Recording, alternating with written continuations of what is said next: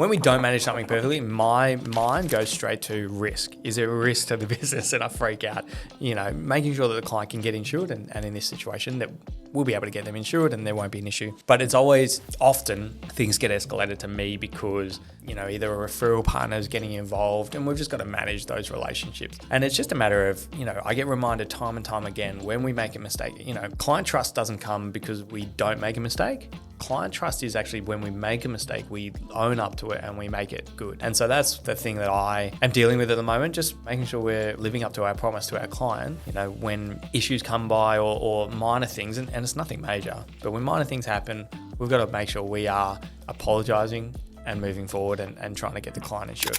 Hey there, welcome back to another episode of This Week at Skye. Today, again, I'm joined by Ashley Campbell. Thanks for joining me, Ash. Hey again, Phil. So, we've got a bit to talk about. Let's talk about what happened last week. What happened? Trent came back. How was it having Trent back? Good, He's bad? Back on board. It's good to take a little few less questions, Yeah. have someone else to palm off to, and then ask him all my questions that I can't answer myself. Yeah, awesome. So Trent's back. And then, all right, we had a big battle last Friday. We did. Battle of the ages, if you will. So we played tennis. You and me on the same team. We were playing doubles. Against Seb and Bill. I almost forgot Bill's name. How did we go? We crushed it at the talking side. Yeah? Yeah, there was a lot of smack talk. Good. Lots of smack talk. And on the scoreboard side? We didn't win. We have room to improvement. We do. Yeah. Yeah, good. So we lost, I think it was like 4-6 or 3-6. We came back. Yeah, we did. We started strong. We lost it for a little while. We came back. Yeah. Yeah, we did. So we lost 3-6 or 4-6. I'm going to be generous. I think it was 4-6. 4-6, yeah. You didn't drop your own serve. Is that right? Second time. The first time. Oh, you lost your service game. Yeah, Okay. major. All right, let's do a recap. Anytime at Skye, anytime we do something that we can have room for improvement, we always like to recap. So what did we do wrong? What can we do better, Ash? Look, making our serves would be a huge, huge improvement. That's true. Yeah. That's true. What was your favourite moment? Oh, young Seb, so much confidence. Yeah? Backed himself. And look, honestly, he was pretty strong. Yeah, he's by far the best player. Absolutely. By skill. Yeah. So took all of this confidence into a really easy lob that just was coming right at him. I would have gotten it for sure. Yeah. Straight over his head. And I'm pretty sure his strings and his rackets disappeared. Yeah. Yeah, that's the only reason. It's the only explanation. And fortunately we had it on film.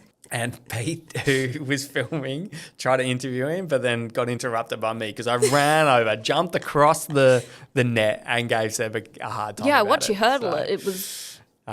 So that was fun. I enjoyed giving Seb a hard time. My favourite bit was anytime Bill and Seb, because look, let's be honest, they're better tennis players than us. No doubt. But they made so many unforced errors because they just wanted to hit it as hard as they could. And so I started calling them unforced Bill and unforced Seb, just to give him a hard time. So anyway, next time, we're actually going to make it a weekly event. Me and Seb, we organise it. So we're going to do Tuesday mornings. We're going to get up early and because I need to do more exercise. I hate exercising, but if I can compete, I'm locked in. I'm ready to go. I call it trick exercise. Yeah. You're having more fun than you are thinking about the exercise. Exactly. We'll see how long it takes Seb to give up because he can't stand listening to me give him a hard time. I reckon a few months. Yeah. Okay, I agree. He's got the dog in him. Yeah. He does. All right, so let's talk about some industry stuff. So there's an article that came out last week. What was the headline? It said, deadline looming for ththousands of advisors. Dun, dun, dun. It's a big headline, isn't it? Yeah, talk to me. What's going on? So what happened is, what are they called? Advisor ratings. Yeah. They released an article or a paper recently for the musical chairs. They do this every quarter, the musical chairs of advisors. Just having a look at what the numbers are for advisors, how we're tracking, if there's more people coming in, if there's lots of movement, which there's been a lot of movement in the advice world over the last 5-6 years pretty much, particular. Yeah. And so currently we're at about 15,500 advisors, And we all have these education requirements that we have to meet to be able to keep practicing as advisors. The deadline for when these requirements was to be met has shifted a couple of times, but it looks like it's set on the end of this year. Yep. So this report talks about how we're tracking towards these requirements and hence the deadline. The headline saying there's a big deadline. Deadline looming. Yep. So how are we going? How many advisors are going to meet the education requirements? Yep. So they've broken it all down. 1,000 of the advisors are new to the industry, so they're all good. That's you. Yep, that's me. I'm all on track. Yeah. No need to worry. We got 2,500 have met their requirements. They've done their education, which is you. That is me with a little asterisk, and I'll touch on what the asterisk is in a second. Yep. There's about, let's call it 8,000 are likely to meet the minimum education requirement using the experienced provider pathway. And then 4,000, no bueno. It's not looking good. So that could be me with an asterisk. So this is my thinking is advisor ratings looks at what's on the ASIC register, so the Financial Advisor Register. Now, as an advisor, we have to upload what education we've done. Now, the requirement to update it is not that strict. Like if you do an extra course or you study, you can update it and put it on the register, but you don't have to. By the end of this year, everyone needs to have ticked that box. And so everyone will go and update it. Now, I should have checked before this recording, but I don't know. I've done the education. So I've on the register. big tick. I've done the masters. Actually, I've done more than the requirements, but I'm not 100% sure I am on the register saying that I've done my masters. So if I'm in that small number of cohort who's ticked the box, or if I'm in that cohort that hasn't done it, yeah, so that's but the just key haven't thing updated ASIC yet. with these numbers is it's purely based off of what's on the register, and not everyone is going and keeping that register updated as soon as they've met the requirements. So talk to me about education standards. What's up? Why are there these Why is this education happening? standards? Yeah. Yeah. So was it in 2019 they came into play or 2020? Oh, it's literally, I think the government made a recommendation in like 2016, Yeah. and then there was a whole bunch of toing and froing of what's right and what's wrong, and then everything got delayed, and then basically around 2019 was when everyone needed to do an exam. Finally announced. So there was an exam that we all had to do to remain advisors. No, it wasn't 2019. It was during COVID. I remember. Yeah, so 2020. Yeah. Yeah. But we had a grace period. Like you had like 2 years to Get do that it, exam but there was done. a deadline. I remember I was in like the second or third, because when it first came out, you had 2 chances. You had 3 chances. If you didn't pass the exam within the first 3 chances, you could never do it again. Yeah, which was wow. Terrifying. incredibly stressful. Now they've since changed it. You can do it as many times as you want. They just charge you an arm and a leg to put you right. up. Exactly. It's not cheap. And so I did it fairly early because I was like, look, give myself a few chances to fail if I fail. And but it was stressful thinking that if I fail this one, and then I fail the next one, then it's incredibly stressful. And so fortunately, I passed it straight away. Of course you did. Thank you. But yeah, so that was the exam. Yeah. But then since then there is education standards, because historically advisors back when I started, you only needed to do a diploma to then start giving advice to individuals. And given that advisors can be talking about people's life savings, can be setting up insurance policies that can if it's set up well, can have a really material impact at claim time, or if it's set up poorly, can obviously have a significant detriment to the clients. The government basically said, hey, we want to lift these education standards. So every new entrant, which is yourself, needed to do a degree and needs to go through 12 months of professional development. And every existing advisor, up until like last year, we all needed to do a post-grad study. So it doesn't matter. And there was these funny pathways where if you had done a non-related degree, you got a credit. Oh, yeah. So did you get any credits, Phil? I did get a credit for my non-related degree. Very nice. But if you'd done a related degree, like a business degree, you got some credits. But most people had to do, anywhere from 5 to 8 subjects as a postgrad.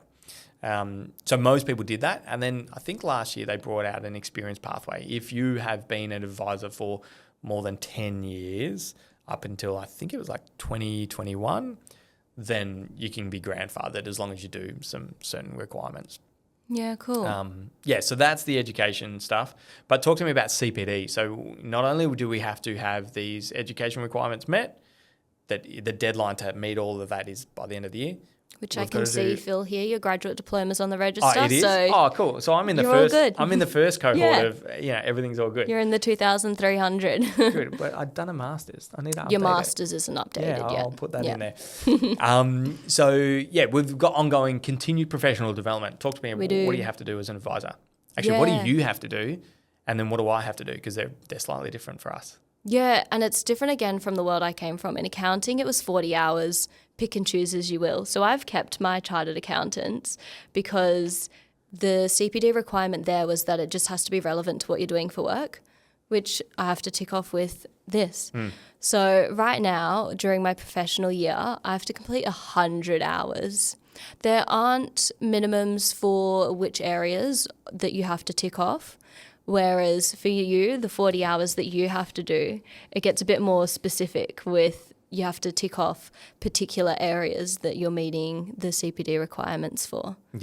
Yeah, which I mean, it's not really an issue. I guess it makes sense having certain areas, but I guess the difficulty for us being we are specialist advisors, if we could do 40 hours in insurance, then happy day. Well, we already do plenty of hours in that. Yeah. And that would be good. But we have to have some requirements for like superannuation and investments. Like there are some other requirements. There's some ethics requirements. There are Everyone should probably be doing the ethics. There are that some one's super fine. easy ones that go across. But it would be, I don't know, maybe a bit easier just to go, just do CPD in the things that's going to, have the biggest material impact to your clients. But yes, once you finish your professional year, and you've done, how many CPD points? Do you need to do 100 every year? 40 hours every single year from here on out, and they all have to be properly documented. And do they go to ASIC? Is that who's checking? Well, no, it's interesting. So the licensee checks the amount of hours. So we've got to monitor.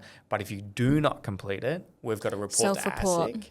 And ASIC put it on the financial advisor register that you haven't met your CPD requirements. So I'm just looking at it. Down the bottom, there's disciplinary action. So you can see if any advisor has had any disciplinary actions. You can look at qualifications and training, and then failure to meet CPD requirements. So it's kind of a big black mark against your name if you don't do it. So if you miss it 1 year, for the next, I actually don't know how many years it would have it for, stay? But if any advisor has not met their CPD requirements until any time between 1 Jan 19 to now, then you'll see it on their ASIC register. So obviously it's important for continued professional development, but we don't want it on our register that we haven't done our job properly. So Absolutely. No one wants the black mark. Yeah. So Ash, let's move on and talk about, we've got a new segment. Oh, let's go. So Ash, let me just tee this segment off. So Ash, you're a big baker.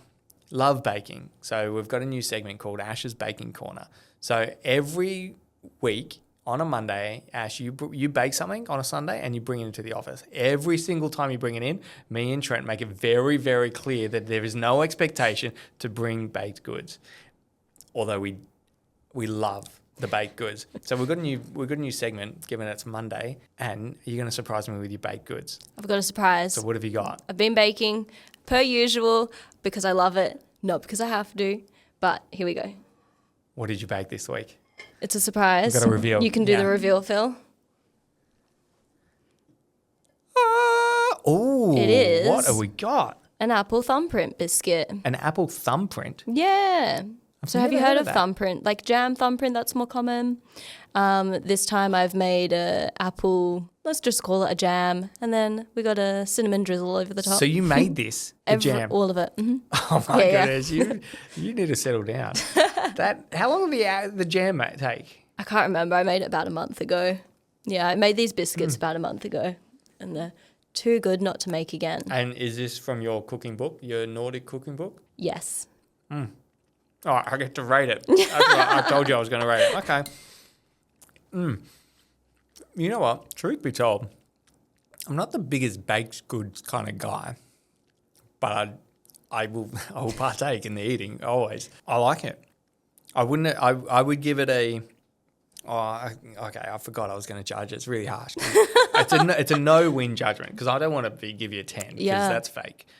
No one gets 10. No one should get 10. But I don't want to give you a 5 because that's douchey. So let me have another taste. Sounds like you've dug yourself into a hole. No, I like it.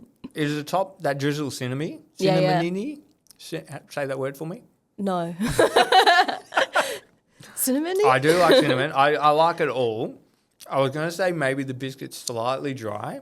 However, on my second bite, I ate it all together and it was really good. I think it's actually a 9, even 9.5 to be fair. Sounded like you're teeing it up to be a 5 or a 6. No, for a I know, while. but no, I'm teeing it up because I don't give fake scores. I give real scores. you know I'm a savage. I was like...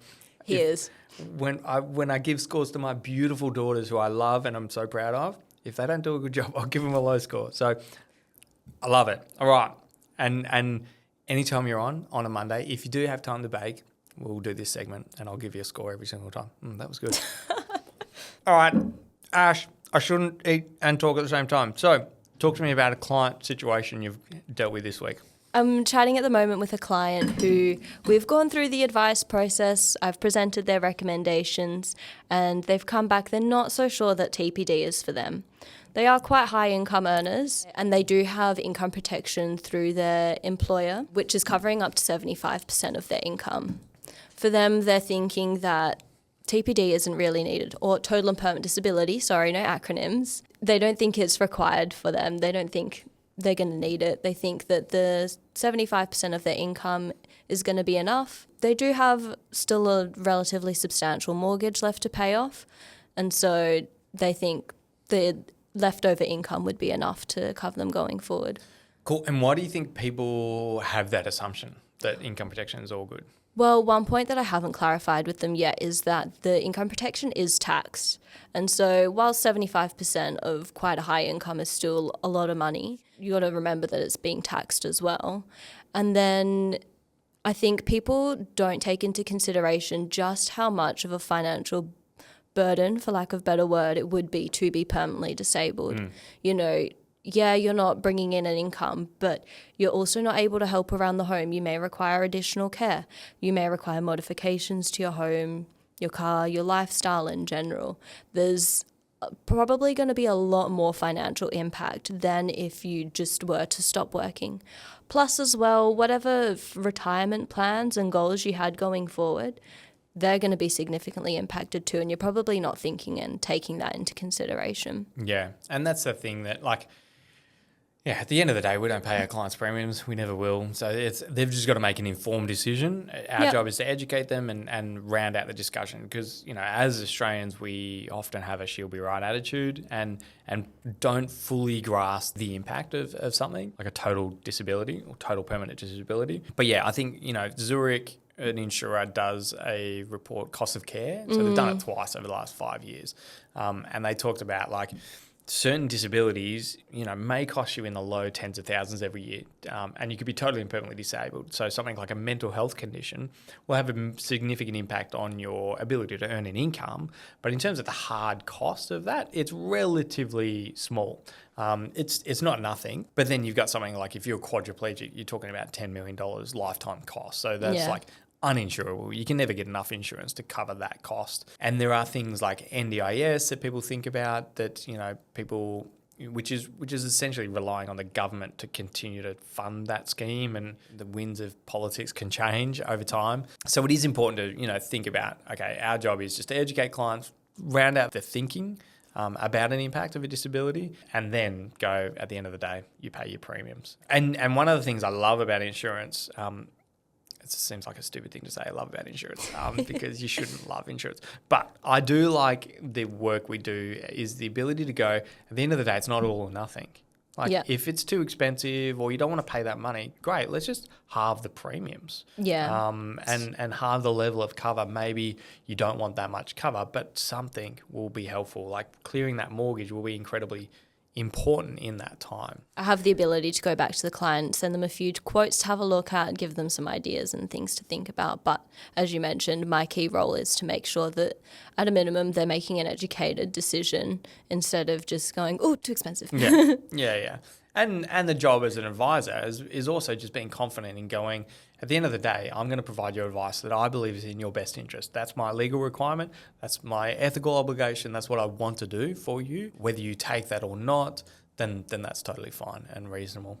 What have you got coming up this week? So this week, I we talked about this last week. I get to deal with funky things. So I either deal with claims and help clients with claims, or things get escalated to me. And so often I see the downsides of some of our shortfalls as a business. So this week been dealing with a client who we haven't perfectly managed the application process. When we don't manage something perfectly, my mind goes straight to risk. Is there a risk to the business? And I freak out, making sure that the client can get insured, and in this situation that we'll be able to get them insured and there won't be an issue. But it's always often things get escalated to me because, either a referral partner is getting involved and we've just got to manage those relationships.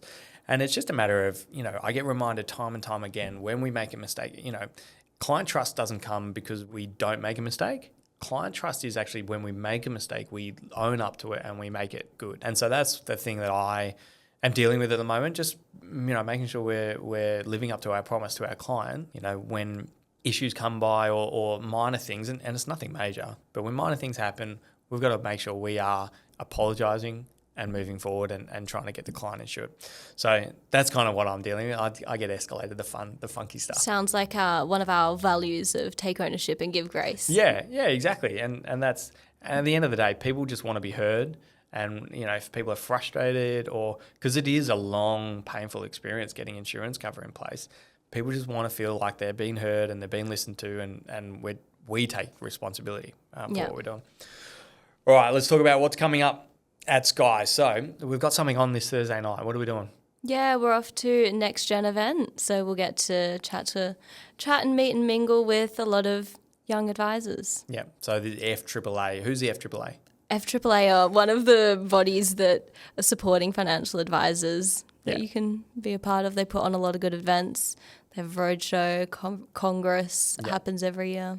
Yeah, so FAAA came out of two biggest associations in advice, came together, they married each other. And so we're going to the Next Gen, which I think we've got 4 or 5 people coming along. Yeah. You, me, Neha. Seb, Neha, maybe Kat, I'm not sure. Maybe, it depends how her calendar goes. Yeah, okay. All right, what else have we got? So today we've got a meeting about process changes. I love these meetings because I love process changes. I love moving things forward. So we are talking about some things that we're doing differently. So getting the clients to, opt in for us advisors to use our professional judgment on underwriting, because currently every client goes and gets an assessment from the insurer. And to speed up our process, we're letting clients say, yeah, actually, Ash, I trust you've worked with hundreds of clients, make a judgment based on my medical history. And so that's a big change. And we are working with consultants. So that's the other thing, that as a business, we always want to learn and grow and get better and improve, because it's how we serve our clients. So we've got multiple consultants coming in. So working with everyone. One of my, a financial advisor who's been around for many, many years and very experienced, basically offered 4 weeks of work and said, I can come in and give you some advice. And I said, before he finished offering, I said, yeah, come in. And he's like, oh, are you sure? I can maybe do these. Whatever days you can do, come in. We'll work it out. We'll take whatever you can get. So it's good to have that third party overview and just look at what we're doing. Someone who knows what they're doing and experiencing can go, hey, maybe these are the areas that can be improved. And then most importantly, Ash, we've got a chance to redeem ourselves. We've got a table tennis competition coming up in the next few weeks. Yeah. How's your table tennis skills? Tennis is stronger, so we'll see how we go. Tennis is stronger and we lost that? Yeah. Okay. We could be in trouble. We could be. But there's time to practice. We got table tennis table just behind me, so... Yeah. I think, respectfully, we can make it a singles event. respectfully, that's okay with me. Only because you told me about your skills. But I do know I've beaten Seb. I think we need to have a Enough. rematch. Yeah. And so I'm ready to absolutely smash him and Yeah. destroy him because he beat me in tennis. It would beat us in tennis. But I take everything personally when it comes to tennis. So that's why I say beat me. He Yeah. didn't beat you, he beat me. Sure. Awesome. Well, thank you for joining. Excited for this week. Thank you everyone for watching. If you do have any questions about our processes, what we do here at Skye, what the job is like as an advisor, we are an open book and happy to share anything. So we do these every week. And so keen to, if you've got any questions, feel free to send us an email, put a comment wherever these videos are posted, and we'll address kind of comments as well. Thanks, Ash. See you, Phil.